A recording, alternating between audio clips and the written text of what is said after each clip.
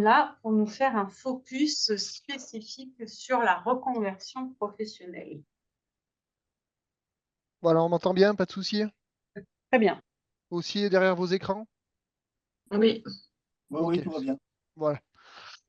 En fait, on s'est rendu compte, il y a pas mal de personnes qui s'inscrivent sur Lozère Nouvelle Vie et qui peuvent avoir cette démarche-là de se dire venir en Lozère, ok, mais ça peut être aussi pour moi le moment de me reconvertir, de faire autre chose.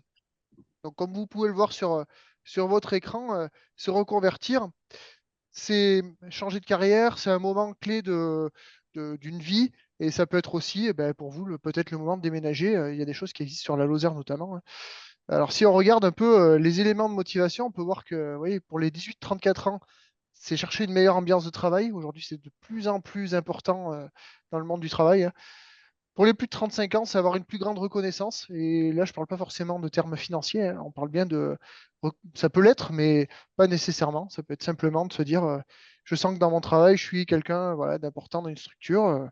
Voilà, et ça, c'est quelque chose d'assez recherché. Et que voilà, 7 Français sur 10 ont besoin d'accompagnement. Et ça, c'est important parce que vous voyez, dans le petit bandeau blanc, là, on vous dit qu'il faut se poser les bonnes questions, prendre le temps. Ben ça, on peut y arriver tout seul, certainement, mais se faire aider un petit peu, c'est certainement pas mal. Avancer à la diapo suivante. Voilà, merci. Et pour ça, vous avez le Conseil en évolution professionnelle. Donc, depuis 2019, il y a une loi qui a été votée qui instaure ça vraiment de manière très importante en France. Le CEP, le Conseil en évolution professionnelle, en fait, il est possible pour tous et gratuitement. C'est-à-dire qu'avant, il y a encore quelques années, si vous aviez ce type de questions, déjà, il fallait qu'il y ait quelqu'un pour vous répondre. C'était pas si simple que ça. Aujourd'hui, peu importe la catégorie dans laquelle vous allez vous situer, salarié, demandeur d'emploi ou autre, je vais venir sur la diapo d'après, vous verrez, c'est pas un problème. Vous aurez quelqu'un pour vous répondre. Avancez à la page d'après. Voilà, donc que vous soyez salarié, donc là vous aurez un opérateur, un des opérateurs régionaux désigné par France Compétences. Donc France Compétences, ça a été créé justement en 2019 suite à cette loi. Donc aujourd'hui, vous voyez, France Compétences, France Travail, etc. C'est France quelque chose. Bah, là-dessus, voilà, vous trouvez assez facilement l'opérateur en question. Si vous êtes demandeur d'emploi, évidemment, c'est Pôle emploi. Nous allons devenir France Travail bientôt, mais ça ne change pas fondamentalement le sens de notre activité. Pour des jeunes de moins de 26 ans, la mission locale. Pour les cadres, l'APEC. Alors l'APEC en Lozère n'est pas présent directement, ils sont à Montpellier, mais ils ont des contacts ici et on peut être en contact avec eux, même si on est en Lozère, il n'y a aucun problème. Moi, je les ai eus déjà au téléphone, ils peuvent potentiellement se déplacer, mais voilà, en tout cas, ça fonctionne bien de cette façon-là. Pour les travailleurs indépendants, groupement évolution, donc là, il y a peut-être c'est peut-être un petit peu moins connu, voilà, donc mais c'est dans la même veine, hein. J'ai envie de me reconvertir, je ne sais pas trop à qui m'adresser. Je suis travailleur indépendant, ce sera eux. Et enfin, si vous êtes en situation de handicap, travailleur ou demandeur d'emploi, je dis bien les deux parce que dans les deux cas, on peut très bien avoir comme interlocuteur Cap Emploi. Je passe ça par là tout le monde, mais voilà, Cap Emploi, c'est pour les personnes qui ont un handicap qui est reconnu. Puis, Pardon. Oui, Nicolas, je voulais voir avec toi parce que je n'ai pas trouvé d'informations concernant les fonctionnaires. Fonctionnaires cadres, ils alors peuvent faire la PEC, mais les fonctionnaires non cadres, je n'ai pas non, trouvé. alors les fonctionnaires, ben, en fait, eux, c'est en interne. Je Parce que sais pas. quand on est dans la fonction publique, donc il y a trois fonctions publiques, d'État, hospitalière ou territoriale, euh, l'organisme et l'armée fonctionnent de la même façon aussi. Ils ont en fait des services internes pour aiguiller leurs salariés ou fonctionnaires en Ok, l'occurrence sur des choix de carrière à venir. Donc là, vous ne pouvez pas le trouver là-dedans parce que ça fait partie de leur structure. Sur l'armée, c'est très facile à identifier parce qu'il y a des bureaux dans chaque département pour ça justement. Et souvent, on le voit assez facilement dans les villes. Souvent, c'est au centre-ville. On voit même, alors que par contre, pour ce qui est une autre fonction publique, on ne le remarque pas parce que c'est parfaitement en interne. Il n'y a que les gens qui travaillent dedans qui en ont besoin et qui le savent, quoi. Mais ça ok, existe. Voilà. ok. Alors, j'aime bien être synthétique là-dessus parce que ça peut paraître compliqué, ça ne l'est pas tant que ça. Vous allez voir. Moi, j'aime bien commencer par ça. Souvent, en face de nous, on va avoir des gens qui sont salariés. Exemple, je suis en CDI à temps complet, je voudrais bien me reconvertir. Il faut avant toute chose dissocier, à mon avis, deux choses.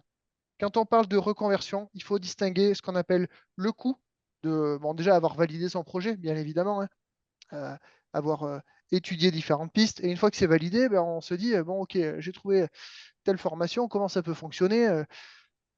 Ben là, il faut distinguer le coût de la formation, pour être clair, l'argent qui va dans la poche de l'organisme de formation, et votre rémunération, ce qui va aller dans votre poche à vous le temps de la formation. Alors, vous voyez en haut à gauche de votre écran, il y a marqué démission, reconversion. Ça, c'est quelque chose d'assez, enfin, relativement nouveau.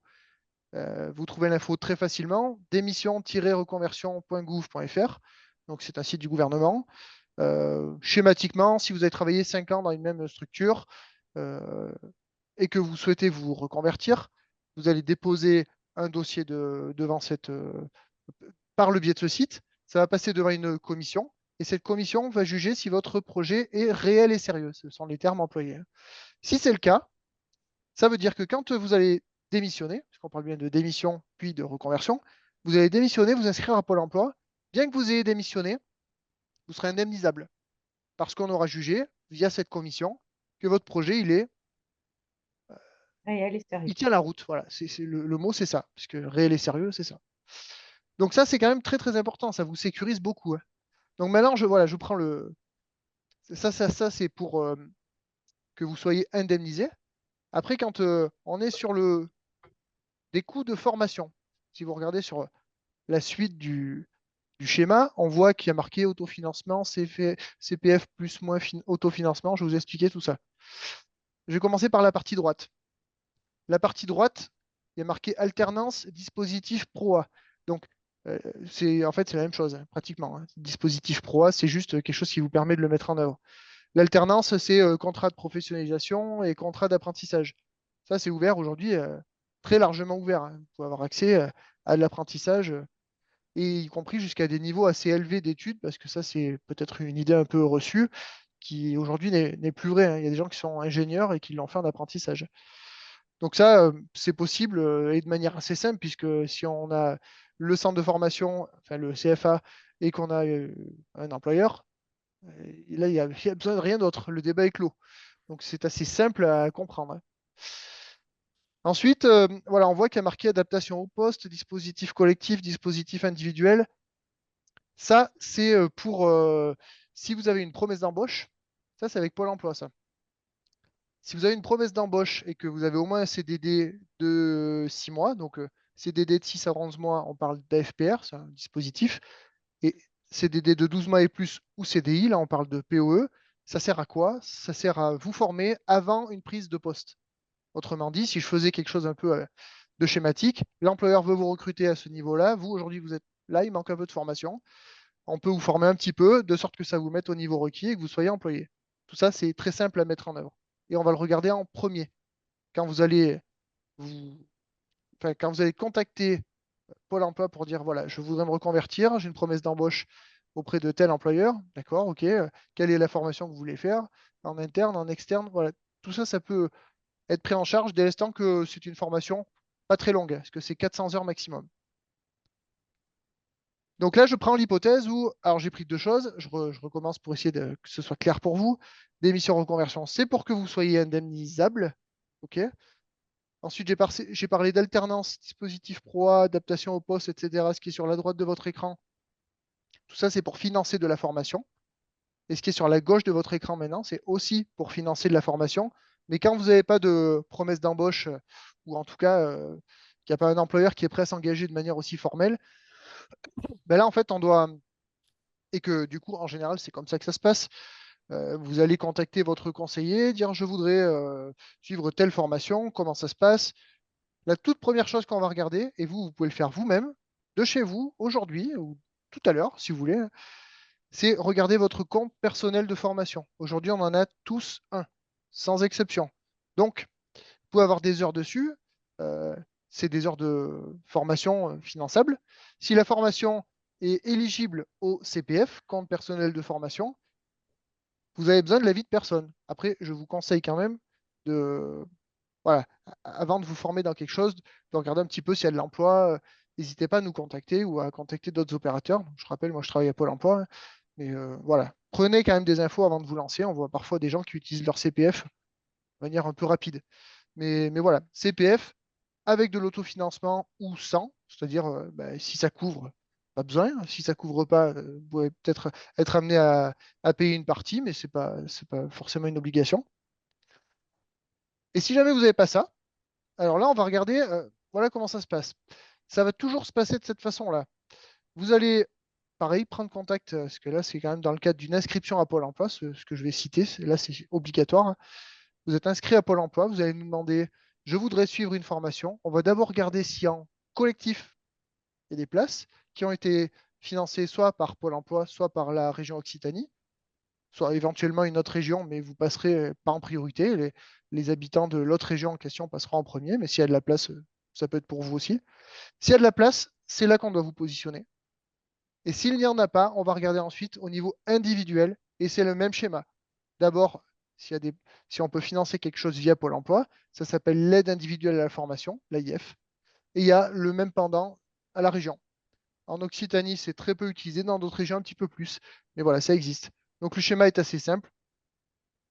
Demande de formation, d'abord en collectif, Pôle emploi ou région. Il y a, ben, on vous propose. Il n'y a pas, on passe à l'échelon individuel, Pôle emploi, région. C'est exactement le même schéma. Est-ce que c'est quelque chose de clair pour vous? Je peux comprendre que ce ne soit pas simple. N'hésitez pas à me... Moi, je trouve la présentation est assez claire pour un premier contact, en tout cas. Voilà, parce qu'après, on peut Euh, rentrer dans le détail voilà. Il faudra individuel de chaque pas, personne. tout à fait. Il Mais, faudra pas mais hésiter lors à d'un rendez-vous. poster, voilà, de la présentation, de nous recontacter pour qu'on approfondisse si besoin. Voilà, parce que chaque cas, évidemment, a ses Voilà, chaque cas est spécificités. parfait. Voilà, chaque fois qu'on est questionné sur des questions de formation, euh, il y a plein de réponses, quoi. Donc voilà, c'est quelque chose qui peut être un peu compliqué des fois, mais ce schéma est toujours vrai. Est-ce qu'il vous parle? Bon. Si on n'a Oui. pas de remarques, ah Ah oui, si, j'ai entendu un oui, ça va. Non, Bon, c'était très clair, merci beaucoup. voilà. Parce que des fois, je peux comprendre que ça ressemble un peu à une jungle. Donc, je me mets à votre merci. place. C'est pas toujours très Ouais, ouais, simple, ouais. mais Et encore n'hésitez une fois, pas. n'hésitez pas, suite à la présentation, à revenir vers nous, qu'on fasse des échanges individuels en fonction des projets. Voilà. Et après, je voulais Dernier donner point pour... Ouais, voilà, quelques infos voilà. générales sur la Lozère, mais qui sont vraiment très importantes. Il y a juste un chiffre, le tout dernier chiffre, on l'a eu récemment, il a augmenté, mais à peine. Le taux de chômage de la Lozère aujourd'hui est à 4,7%. Il était à 4,6%, mais on vient d'avoir le dernier chiffre. Mais enfin, le taux de plein emploi, on considère que c'est 5%. Ça veut dire quoi, plein emploi? Ça veut dire que même dans les plus belles périodes d'embellie économique, exemple les 30 glorieuses, les années 60 et autres, on était aux alentours de 5%. La Lozère, on est en dessous de ça. Et de manière assez récurrente, et on manque de main-d'œuvre, on a besoin de bras. Alors, si, évidemment, si les emplois sont qualifiés, c'est plus compliqué, mais même pour des emplois, des fois pas qualifiés, on galère quand même, hein. Donc, moi, je suis conseiller entreprise. Tous les jours, au téléphone, ce que j'ai, c'est des employeurs. Et ce qu'ils me disent, c'est on ne trouve pas. Je cite. Alors, c'est pas dans tous les métiers, mais dans un certain nombre, hein. Je vais les citer sur la diapo d'après, hein. Euh, et le nombre d'offres, c'est 4 400 par an, c'est énorme, hein. On, on correspond à peu près à notre département correspond à peu près à une agence montpelliéraine. Montpellier, c'est pas la Lozère, hein. Il y a énormément plus d'habitants, mais en nombre d'offres, c'est assez conséquent, hein, c'est clair. Et info importante sur sur la diapo juste avant, si tu veux bien revenir. Voilà, je voulais revenir là-dessus. 56, parce que ça peut surprendre. 56% de CDD supérieur à 6 mois ou CDI et 94% à temps complet. Et une info que je rajouterai, c'est que quasiment à chaque fois, parce que je crois que c'est de l'ordre de 80%, le taux de transformation du CDD vers le CDI, chez nous, il est assez élevé, hein. Autrement dit, souvent, la porte d'entrée, ça va être un CDD. Pour autant, la norme ici, c'est que les gens ils travaillent en CDI et beaucoup à temps complet, hein. Vous voyez, 94%. Alors, on peut passer à la diapo d'après. Hop. Et voilà, et se reconvertir vers quel métier? Alors là, je veux dire, en Lozère, le secteur numéro un, roi absolu, il n'y a pas grand doute là-dessus, c'est clair, c'est le médico-social et la santé. Il y a énormément de centres, donc foyers de vie, maisons d'accueil spécialisées et autres pour personnes handicapées. Il y en a sur une bonne partie du territoire. Santé aussi, hôpital Lozère notamment, hein. Donc ça, c'est vraiment le plus gros recruteur de Lozère. Claude Uni A2LFS, ce sont deux entités, mais qui travaillent ensemble, qui ont la même direction, représente un tiers des offres Pôle emploi à l'année. Donc, pour nous, c'est incontournable. Après, les autres secteurs qui quand même recrutent pas mal régulièrement, hôtellerie, bâtiment, après, peut-être dans moindre mesure, mais quand même, transport logistique aussi, commerce, grande distribution, et tout ça, c'est très, très diffus, il y en a un petit peu partout. L'industrie est un petit cas particulier, parce que si on prend industrie tout court, le bassin industriel en Lozère est quand même autour de Saint-Chély-d'Apcher, ce que disait tout à l'heure Valérie. J'ajouterai à ArcelorMittal Cefiam, qui est un sous-traitant je cherche le nom, euh, de Dassault Industries. Ils travaillent dans l'aviation militaire. Et on a aussi Elam qui, eux, font de l'usinage de pièces. Et tout ça, c'est dans la région de 10 km autour de Saint-Chély-d'Apcher. Donc là, il y a un petit bassin industriel intéressant quand même. Et je Alors, voulais j'ai une question, s'il vous plaît. Oui, Oui, Ben, justement, mon compagnon est dans ce domaine-là. oui. Et du coup, est-ce qu'ils sont à la recherche actuellement dans ce Alors, domaine? quand vous dites ce domaine, c'est-à-dire préciser. Il travaille il est ajusteur-monteur en aérospatial nucléaire D'accord. actuellement, donc dans les Bouches-du-Rhône. Et il aimerait éventuellement retrouver un boulot dans ce domaine-là.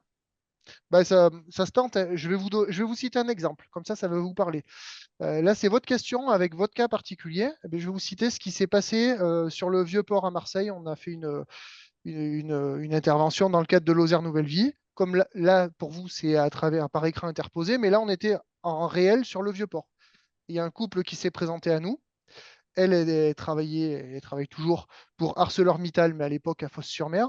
Elle a demandé une mutation à Saint-Chély parce que ça lui plaisait. Elle y avait fait une petite, je sais pas si c'était un stage ou j'ai pas, je me rappelle plus exactement. Elle a demandé une mutation, elle l'a eu, mais il fallait que son conjoint trouve un emploi. Et son conjoint avait un peu ce profil-là aussi, un peu comme vous.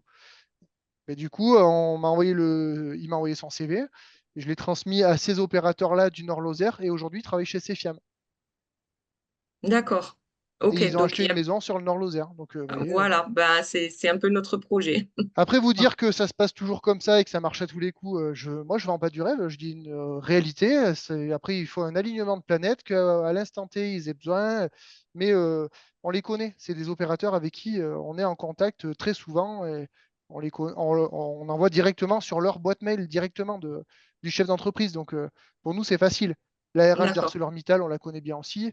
Donc, ces contacts-là, on les a déjà. Donc, transmettre un CV en expliquant que c'est quelqu'un qui veut s'installer en Lozère et qui a le projet à long terme, etc. C'est très important parce que ça rassure les recruteurs. d'accord. d'où Parce que l'intérêt lui, incubation.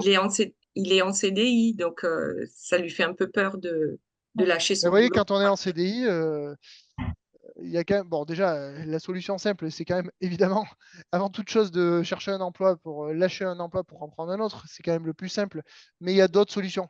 Voilà, quand démission pour suivi de conjoint, par exemple, ça, souvent, ça parle aux gens. Euh, C'est-à-dire quand un des deux ben, est obligé quand les personnes sont ensemble, évidemment, que c'est un couple, hein, Oui, euh, une personne est obligée de quitter son domicile pour déménager, pour une mutation ou pour reprendre une nouvelle activité salariée ou non salariée, et ça implique que le conjoint, lui, ben, pour suivre, est obligé de démissionner. Ben, ça, c'est un des cas particuliers vous pouvez le noter si vous voulez, parce que ça peut vous aider. oui, Ça s'appelle l'accord d'application 14. Vous tapez ça dans Google, vous trouvez tout de suite. Accord d'application 14, assurance chômage. Et là, vous avez tous les cas particuliers de démission qu'on considère comme légitimes, autrement dit, qui ouvrent un droit. d'accord. Ça, C'est c'est noté. intéressant parce que pour vous, ça permet. On a constaté quand même que le mieux, c'est d'arriver en ayant déjà l'emploi, mais c'est pas toujours comme ça que ça se passe. Et des fois, ben, vous arrivez en Lozère, vous n'avez pas encore l'emploi, il arrive un petit peu après, mais au moins, si vous avez pu vous inscrire à Pôle emploi et être indemnisé, ben, ça vous permet de voir venir, quoi. Oui, Merci Pierre-Nico pour les précisions. Voilà. On va devoir poursuivre parce que l'heure tourne et Voilà. sur la pause déjeuner pour certains qui doivent Merci à tous, hein. reprendre. Et voilà. Je voulais juste préciser, si vous avez des questions par rapport à votre projet personnel, c'est bien l'objectif de cette présentation, hein. À la suite de la présentation, on va en parler. Vous vous inscrivez sur Lozère Nouvelle Vie. pour qu'on puisse organiser des échanges individuels par rapport à vos projets et vous apporter les réponses à vos questions. D'accord? On en reparle à la fin. Il nous reste 2-3 petites diapos à voir ensemble. Pierre, Nico, si tu veux poursuivre sur la reconversion rapidement. Ah, attends, est-ce que du coup je me recale pour être pareil? Donc voilà, la Lozère, mais ça c'est voilà, des chiffres, on va dire, qui sont plus généralistes, mais importants à savoir, hein. Bon, 11 000 entreprises, ça ok, mais surtout l'accessibilité via l'A75, ça c'est très très important, hein. C'est vrai pour tout l'ouest de la Lozère, on va très facilement, soit vers le nord, direction Clermont-Ferrand, Paris et autres, soit vers le sud. On est à peu près à mi-chemin entre Barcelone et Paris, quoi, grosso modo. Fibre optique partout, aujourd'hui c'est vrai. 4G, pas partout, mais enfin pas mal, et début de 5G qui arrive, et du coup des opportunités de reprise d'entreprise, évidemment, parce que voilà, c'est quelque chose qu'on peut tenter en Lozère. Alors la reprise d'entreprise, ça peut être dans plein de domaines. Là, on voit de citer artisanat, hôtellerie-restauration, commerce. Après, il y a plein de cas, hein. Parmi les personnes qu'on a aujourd'hui, j'ai entendu artisanat d'art, ça peut être ça aussi, hein. Tout existe, hein. Il n'y a pas de secteur qui n'est pas représenté en Lozère. Après, voilà, ça demande un peu de mobilité, se dire, quand on est dans ces schémas-là de reprise d'entreprise, ben, on doit s'adapter à là où est la reprise d'entreprise. Donc, ça va vous demander un petit peu de mobilité, un petit effort de ce Et côté-là. pour la reprise, autant sur l'emploi, vous avez le partenaire de Pôle emploi, mais pour la reprise, il y a aussi des partenaires Ouais, qui interviennent sur ce secteur spécifique et on vous voilà. mettra en relation, si tel est votre projet, avec ces personnes qui sont spécialisées dans l'accompagnement de reprise d'entreprise. Merci.